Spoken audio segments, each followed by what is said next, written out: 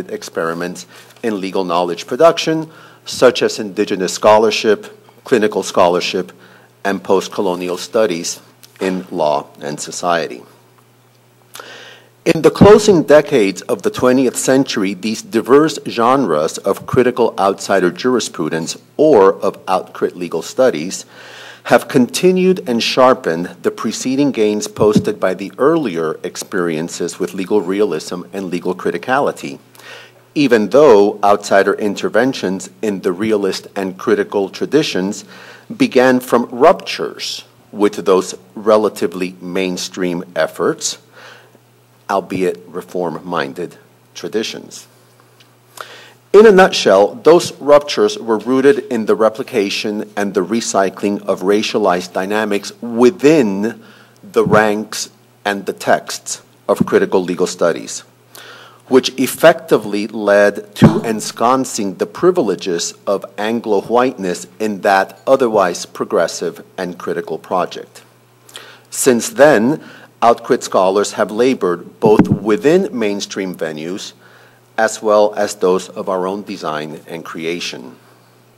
Since then, the pioneering work of critical outsider scholars effectively has assembled the intellectual and analytical platform from which we all borrow and to which we all contribute today. Our jurisprudential lineage and location thus point to social relevance and social justice as basic hallmarks of the realist and critical legacies established during the course of the 20th century in U.S. legal culture. More specifically or proximately, however, the cutting-edge contributions of critical outsider projects to mainstream legal culture have set the jurisprudential table for the work that we do here today. However, as with the origins of outsider criticality itself, the origins of LatCrit also entailed a rupture of sorts with the preceding status quo. In other words,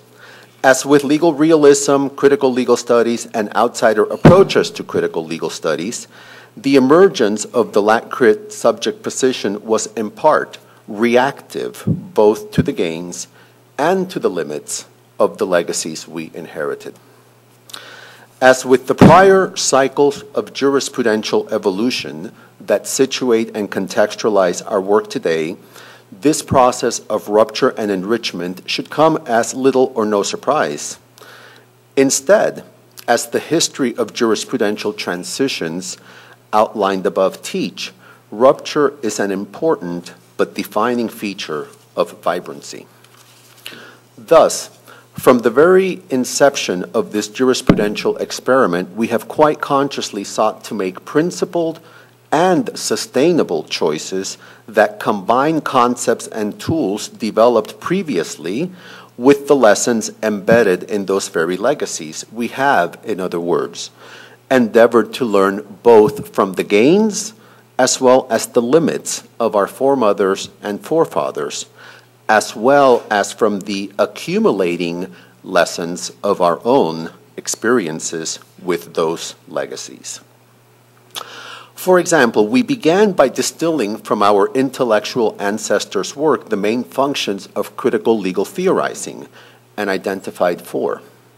knowledge production, the advancement of social transformation, the expansion and interconnection of, quote, different anti-subordination quests, and the cultivation of critical communities and coalitions both within and beyond the United States. As you can see, they reflect the realist and critical legacies I outlined, and I hope, as you can also see, these four functions are interrelated, interactive, and interdependent. Today, at least in my view,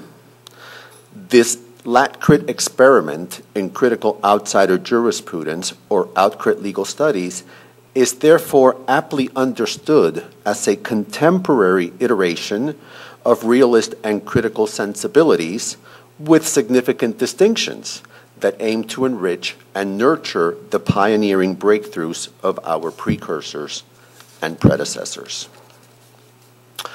To focus more directly on LatCrit contributions to critical outsider jurisprudence or outcrit legal studies,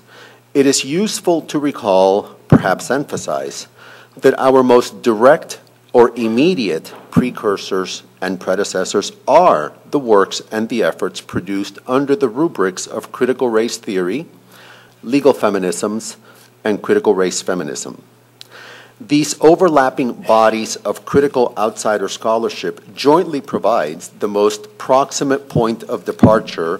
for LatCrit theory and praxis since the original articulation of the LatCrit subject position in 1995. Thus, from the outset, LatCrit knowledge production initiatives have embraced and applied and developed specific outsider tools and concepts that build on the basic premises. Sorry, I'm really bad interfacing with technology. That build on the basic premises that I just noted. A brief but impressive listing of these outcrit tools and concepts that we have aimed to apply and develop include the insights of intersectionality and multiplicity pioneered by Kim Crenshaw and Mari Matsuda, the commitments to anti-essentialist and multidimensional analysis developed by Angela Harris, Berta Hernandez, and others, the tethering of all that we do to anti-subordination goals and to the focus on shifting bottoms that scholars like Jerome Culp, Mari Matsuda, and Athena Mutua have developed, the employment of narrativity in the articulation of subversive legal knowledge as explored by Margaret Montoya, Michael Oliva, Sumi Cho, Leslie Espinosa, and others. The reach for an international framework of knowledge production and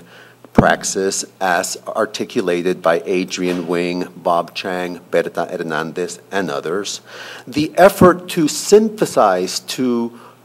organize analyses not only around the class versus other categories of identity paradigm, but to illustrate the correlation of class hierarchy and other identity hierarchies as developed by Derek Bell, Richard Delgado, Carmen Gonzalez, Charles Pouncey, and so many others.